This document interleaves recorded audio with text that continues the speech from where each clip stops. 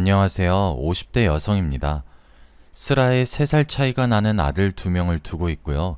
남편은 사업을 하고 있어요. 남편과 저는 둘 다 웬만한 일에는 좋은 게 좋은 거지 하고만은 낙천적인 성격입니다. 화목하고 문제없는 줄로만 알았던 저희 가족이 이런 일을 겪게 될 줄은 상상도 못했네요. 남편과는 선을 보고 결혼하게 되었습니다. 처음 만났을 때부터 이 사람이다 하는 건 없었어요. 제가 그때 오래 사귀던 사람과 헤어진 이유이기도 했고 선자리도 부모님이 억지로 주선한 거라 마음이 싱숭생숭했죠. 근데 아까도 말했듯 둘 다 낙천적인 성격이라고 했잖아요. 생각보다 대화가 너무 잘 통하는 거예요. 둘 다 20대 중후반이었으니 철없는 티도 벗었고 적당히 자기 삶을 꾸려나갈 줄 아는 나이라 거슬리는 점도 없었죠. 아직 이전 연애의 상처가 완전히 아물지도 않았고 한눈에 불꽃 튀는 그런 사람은 아니었지만 괜찮은 것 같았어요. 일단 사람을 새롭게 만나봐야 뭐든 되지 않겠냐 생각하고 제가 직구를 던졌죠. 저희 한 달 동안만 만나보는 건 어때요? 네, 그러죠. 사실 거절당할 각오를 하고 말한 거였는데 의외로 남편은 바로 그러자고 대답해주는 거예요. 처음 만났을 때 그렇게 말했던 건데 말이죠. 각자 일이 있는데 한 달간 매일 만나는 건 좀 부담스러울 수도 있잖아요. 근데 고민하는 척도 없이 흔쾌히 그러겠다 하니 제가 마음에 든 건가 싶기도 했고 기분이 좋았어요. 저희는 그렇게 만남을 이어나가게 되었습니다. 정말로 매일 만났어요. 제가 그 당시 일하던 직장으로 퇴근 시간에 맞춰 남편이 데리러 와서 꼭 얼굴 보고 집에까지 데려다 주더라고요. 단 하루도 빠짐없이요. 하루는 제가 매일 데리러 오는 게 귀찮고 피곤하지 않냐고 물어봤어요. 그 사람도 일하고 퇴근하는 길에 저한테 바로 온 걸 텐데 솔직히 일 마치면 빨리 집 가서 쉬고 싶은 게 당연하잖아요. 근데 남편은 자기가 좋아서 하는 거래요. 이게 하루 일과 중에 제일 좋아하는 거고 이 시간만 기다린다고 보고 싶어서 자기가 가는 거니까 제발 계속 하게 해달래요. 남편의 말을 듣고 그 사람의 다정함과 섬세함에 반했던 것 같아요. 그전에는 그냥 호감형이고 죽이 잘 맞는다 이 정도였는데 그 이후로 애정을 갖게 된 거죠. 그렇게 1년 연애를 하고 저희는 결혼하게 되었습니다. 결혼 후에도 평안하고 행복한 일상이 지속되었어요. 친정에서도 하나 있는 딸이 결혼하니 이제 안심하신 것 같았고 시부모님이랑 시댁 가족분들도 다 잘 챙겨주셨습니다. 덕분에 남편과 저는 아무 걱정 없이 아침에 바쁘게 출근 준비를 하고 퇴근 후에는 같이 야식을 먹으며 신혼생활의 묘미를 즐기고 있었어요. 그러던 저희에게 첫 아이가 찾아왔습니다. 아들이었어요. 저희는 성별이 어떻든 상관없었지만 시댁에서는 그래도 내심 좋아하시는 눈치였어요. 그리고 3년 후 둘째 아들도 저희에게 찾아와 주었습니다. 그렇게 저도 남편도 어엿한 두 아들의 부모가 되었어요. 아들이 둘이라 사고가 끊이질 않았죠. 첫째는 활달하고 자기 주장이 강한 아이였어요. 이리저리 돌아다니다 자주 다치기도 해서 처음엔 걱정을 많이 했는데 조금 커서는 그래도 형이라 그런지 책임감 있는 모습을 많이 보이더라고요. 아이들 둘 이상 키워보신 분이라면 공감하실 텐데 먹을 걸로 정말 많이 싸우잖아요. 저 과자가 더 큰 애 만에 다른 게 더 맛있어 보인다느니 제 눈엔 똑같은데 아이들한텐 꼭 남이 가진 게 더 크고 탐나나 봐요. 유명한 속담처럼요. 두 아들이 어렸을 때는 먹을 걸로 워낙 싸워서 형인 첫째에게 동생은 너보다 약하고 어리니까 형인 너가 돌봐주어야 한다고 몇 번 달래니까 안 그러더라고요. 나름 동생을 아끼는 건지 형제끼리 사이좋은 모습이 보기 좋았습니다. 둘째도 어렸을 때 키우면서 걱정이 많았어요. 다만 첫째랑은 다른 걱정이었죠. 둘째는 너무 소극적이고 내향적인 성격이었어요. 같은 배에서 났는데 어떻게 이렇게 다르나 싶을 정도로요.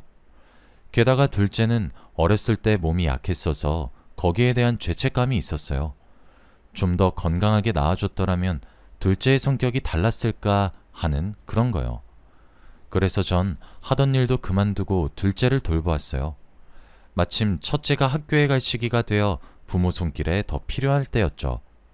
첫째가 고등학교에 입학하고 활발한 성격 덕분인지 나중에 고학년이 되어서는 반장까지 도맡아 하더라고요. 혼자서도 학교 생활을 잘 해내는 첫째가 대견했어요. 몇몇 대회에 나가서 상도 타오고 공부도 잘해서 나중에 중고등학교에 가면 얼마나 더 잘할지 남편과 같이 기대했었습니다. 그 무렵 둘째도 몸이 점점 나아져 학교에 다니는 중이었어요. 그래도 여전히 남들만큼 건강하지 못해서 제가 더 신경 썼죠. 시간이 흘러 첫 아이가 중3, 둘째 아이가 초6이 되었을 무렵이었어요. 첫 아이는 예상대로 문제없이 중학교 생활을 마치고 고등학교 입학 준비를 하고 있었어요. 살짝 불안불안하긴 했지만 국제고에 지원해볼 만한 성적이었죠. 둘째 아이도 제 염원이 하늘에 통한 건지 이제는 거의 다른 아이들처럼 건강해져 전 더 이상 바랄 게 없다고 느꼈습니다. 뭐든 잘 풀리는 것 같았어요. 남편의 사업도 잘 풀리고 첫째는 공부도 알아서 잘하고 둘째는 이제 건강하기까지 하니까요. 복받았다고 생각했습니다. 아쉽게 첫째는 국제고 입시에서 떨어지고 일반고로 진학하게 되었어요. 분해하는 게 눈에 보여서 괜찮다고 일반고 가서 열심히 하면 된다고 위로해 주었죠. 첫째와 둘째 모두 중고등학생이 되니 남편과 저의 책임이 막중해진 기분이 들었어요. 제대로 공부에 집중해야 하는 시기잖아요. 집에서 TV를 본다거나 하는 행동은 최대한 자제하고 아이들의 공부 환경을 최대한 조성해 주려고 노력했어요. 아이들은 그에 보답하듯 더 열심히 했죠. 어떨 때는 신기하기도 했어요. 저랑 남편은 공부를 강요하는 타입도 아니었거든요. 공부가 적성에 안 맞아도 괜찮다고 사람이 다 공부로만 먹고 사는 것도 아니라고 생각하는 입장이었어요. 그런데도 저렇게 알아서 해주니 정말 기특했어요. 자기도 다른 아이들처럼 놀고 싶을 텐데 참고 공부에 집중하는 게요. 동시에 역시 강요하는 것보다 자기가 할 것을 찾을 수 있도록 도와주는 게 부모구나 깨달았죠. 특히 둘째는 어렸을 때 아파서 공부에 집중 못했던 걸 지금이라도 만회하려는지 폭발적인 속도로 성적이 급상승했어요. 중학교 2학년 때부터 전 과목 만점을 받아오질 않나 그 이후로 전교 1등을 놓치지 않더라고요. 축하할 겸 남편과 아이들이랑 레스토랑에서 외식을 했어요. 남편과 저는 축하해 주었고 둘째는 쑥스러운 듯 그냥 앉아 있었죠. 그런데 첫째가 뭔가 뚱한 표정인 거예요. 왜 그러냐 물으니까 별거 아니란 식으로 말하다가 제가 집요하게 물으니 신경질을 내더라고요. 아 진짜 외식한다고 공부할 시간 없어졌잖아. 곧 있으면 기말고사인데. 첫째가 화를 내서 순식간에 테이블 분위기가 차갑게 가라앉았어요. 전 당황했지만 상황을 어떻게든 무마하려고 아이를 달랬죠. 그랬어? 이렇게 공부도 열심히 하려고 하는데 엄마가 몰라줘서 미안해. 우리 첫째 기특하다. 그래도 오늘은 맛있는 거 먹고 내일 더 열심히 하자. 알았지? 저의 말에 첫째는 괜히 미안하고 머쓱해져서인지 알겠다고 작게 대답하고 그날은 그렇게 맛있는 저녁 식사를 했습니다. 그땐 그저 작은 해프닝인 줄로만 알았어요. 이게 전조현상인 줄도 모르고 말이죠. 첫째가 대학 입시를 앞두고 있었어요. 둘째는 고등학교 입시를 준비 중이었죠. 이상하게 고등학교 입학 이후로 첫째 성적이 자꾸만 떨어져서 불안불안했는데 결국 원하는 대학에 입학하지 못하고 저희가 사는 지역에서 떨어진 곳에 입학했습니다. 크게 상심한 듯 보였죠. 그래도 대학이 인생의 전부가 아니라고 대학 가서 어떻게 하느냐에 따라 달라진다고 달래주었습니다. 어쩔 수 없죠. 저희가 할 수 있는 일은 이거밖에 없으니까요. 둘째는 중학교 생활을 순탄하게 끝내고 전에 첫째가 지원했다 떨어진 국제고에 원서를 넣었어요. 혹시나 첫째가 수능을 준비하는 동안 신경 쓰일까 싶어 첫째에게는 말하지 않고 나중에 합격하면 그때 축하하기로 했죠. 그런데 합격한 거예요. 그것도 1등으로요. 국제고라 부담이 없었던 건 아니었는데 입학 성적이 1등이라 장학금까지 받으면서 다닐 수 있었습니다. 합격하자마자 교복을 맞추러 가서 나간 김에 축하할 겸 맛있는 것까지 먹고 들어왔죠. 그런데 집에 도착하자마자 첫째가 둘째 손에 들린 교복을 보더니 표정이 일그러지는 거예요. 너 그거 뭐냐? 이거 내 교복이야 형. 있잖아 형이 신경 쓸까봐 말 못했는데 나 국제고 합격했어. 둘째가 기뻐하는 목소리로 말하는데 첫째가 성큼성큼 다가와서는 갑자기 교복을 획 낚아채선 집어 던지는 거예요. 순간적으로 일어난 일이라 말릴 새도 없었죠. 야, 너 내가 우스워? 너 일부러 지어냈지? 나 놀리냐? 네가 뭐라도 된 기분이지? 난 떨어진 곳에 지어내서 붙으니까 좋냐고. 형, 왜 이래? 네가 뭔데 사사건건 짜증나게 해? 원래 병신이어서 밖에도 제대로 못 나갔던 주제. 넌 늘 나보다 약하고 전응해야 하는 게 맞잖아. 첫째가 화를 주체하지 못하고 둘째 멱살까지 잡으려 들더군요. 그러면서 하는 충격적인 말에 전 너무 놀라 우선 둘을 떼어놓으려고 애썼어요. 둘째는 영문도 모른 채 첫째한테 붙잡혀 이리저리 흔들리고 있고 첫째는 욕까지 섞어가며 둘째에게 온갖 막말을 하더군요. 겨우겨우 상황을 진정시키고 남편이 퇴근할 때까지 기다렸다가 남편에게 있었던 일을 말해주었어요. 남편은 첫째에게 가서 이유를 묻고 화를 풀어주려고 하는 듯 했는데 나중에 가서는 남편도 화난 얼굴로 첫째 방에서 나오더라고요. 그러면서 하는 말이 자기가 잘못한 건 하나도 없고 전부 둘째 탓이야. 자기가 수능을 망친 것도 성적이 점점 떨어진 것도 전부 둘째 탓이라고 하네. 왜 그렇게 생각하냐 물으니까 둘째는 자기보다 멍청하고 열등해야 하는데 무슨 반칙을 쓴 건지 컨닝을 한 건지 자기한테서 사랑을 다 뺏어갔다고 생각해. 라는데 정말 당황스러웠어요. 첫째가 그런 생각을 하는 줄은 꿈에도 몰랐거든요.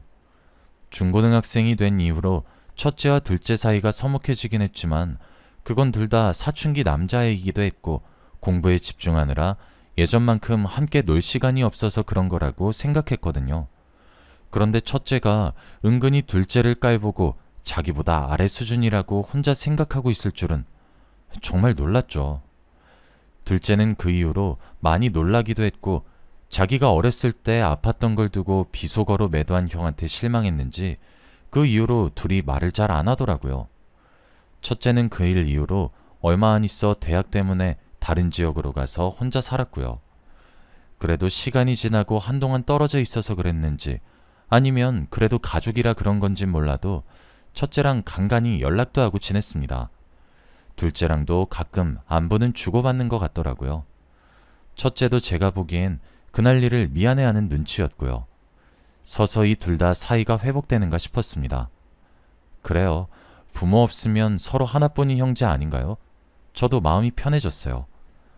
첫째는 대학 졸업 후에도 타 지역에서 직장을 구해 저희와는 따로 살았어요. 둘째는 서울에 있는 이름난 대학교에 가서 졸업하고 취업도 일찍 하더군요. 그리고 얼마 안 있어 결혼하고 싶은 여자가 있다며 소개시켜드리고 싶다고 말하는 거예요. 남편은 공부만 하던 네가 언제 여자친구를 사귀고 그랬냐며 놀리면서도 좋아하더군요. 저도 얼른 보고 싶다고 했어요. 그래서 함께 주말에 만나 저희 집에서 저녁 식사를 하기로 했습니다. 마침 그날 첫째도 본가에 잠깐 들린다고 하여 참석하면 좋겠다 싶었죠. 둘째도 괜찮다고 했고요. 둘째가 데려온 여자친구는 둘째랑 대학 동기였어요.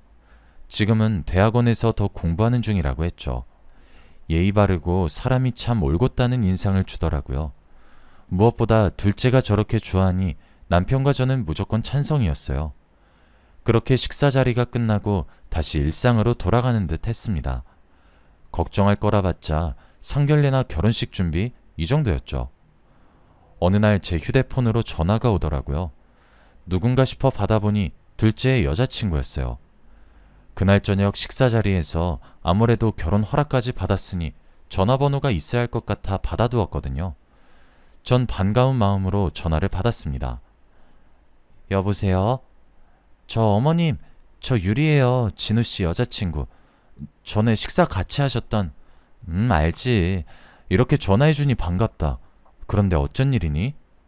그게 제가 이걸 말씀드려야 하나 한참 고민했는데 그래도 알고 계셔야 할 것 같고 마냥 숨길 수도 없겠더라고요. 그리고 예비 며느리의 입에서 나온 말은 정말 충격적이었어요. 첫째가 그날 식사 자리에서 예비 며느리를 보고 전화번호를 어떻게 알아냈는지 자꾸 연락을 했다고 해요. 그것도 다 추파를 던지는 식으로요. 언제 시간 되느냐, 언제 진우 없이 저녁이나 같이 먹자. 사실 처음 봤을 때부터 왜 진우랑 사귀는지 이해가 안 갔다. 내가 더 잘해줄 자신 있고 내가 진우보다 훨씬 남자답다. 이런 문자들을 지속적으로 보냈더군요. 예비 며느리가 캡처해서 제게 보내줬어요. 예비 며느리도 처음에 너무 놀라기도 했고 둘째에게는 친형이니 이걸 말하기 곤란해서 함구했다고 해요. 그런데 너무 지속적으로 연락을 해오고 새벽에도 자꾸 연락을 하니 일상생활에 지장이 갈 정도라고 하더군요. 며칠 전에는 자기가 살던 아파트 단지 입구에서 기다리다 예비 며느리를 보고 들킬까봐 도망쳤대요. 예비 며느리는 그 순간에 재빨리 얼굴을 보고 사진을 찍어뒀고요. 사진을 보니 누가 봐도 첫째가 맞더군요. 이건 그냥 범죄 수준이잖아요. 도저히 못 참겠어서 제게 도움을 청한 게 이해가 갔어요. 예비 며느리에겐 미안하지만 이 정도 수준이면 둘째에게 알릴 수밖에 없다 하고 남편과 둘째에게도 알렸죠. 상의 끝에 첫째와 절연하기로 했습니다. 도저히 저희로서는 이해할 수 없기도 했고 스토킹 같은 범죄 행위는 용납이 안 됐어요. 그리고 예비 며느리와의 일을 모른 척 첫째를 본가로 불렀어요. 대충 네가 도와줬으면 하는 일이 있다는 핑계를 대고요. 첫째가 도착하자마자 예비 며느리가 보내온 문자 캡처와 예비 며느리가 찍은 스토커 정황 증거 사진을 인쇄해서 던져줬어요. 우리는 이제 네 부모 아니다. 감히 뒤에서 이런 더러운 짓을 해?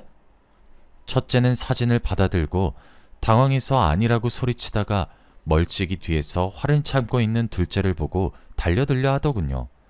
남편이 그런 첫째를 막아냈죠. 둘째는 그 모습을 보고 더 이상은 참기 힘들었는지 말하더군요.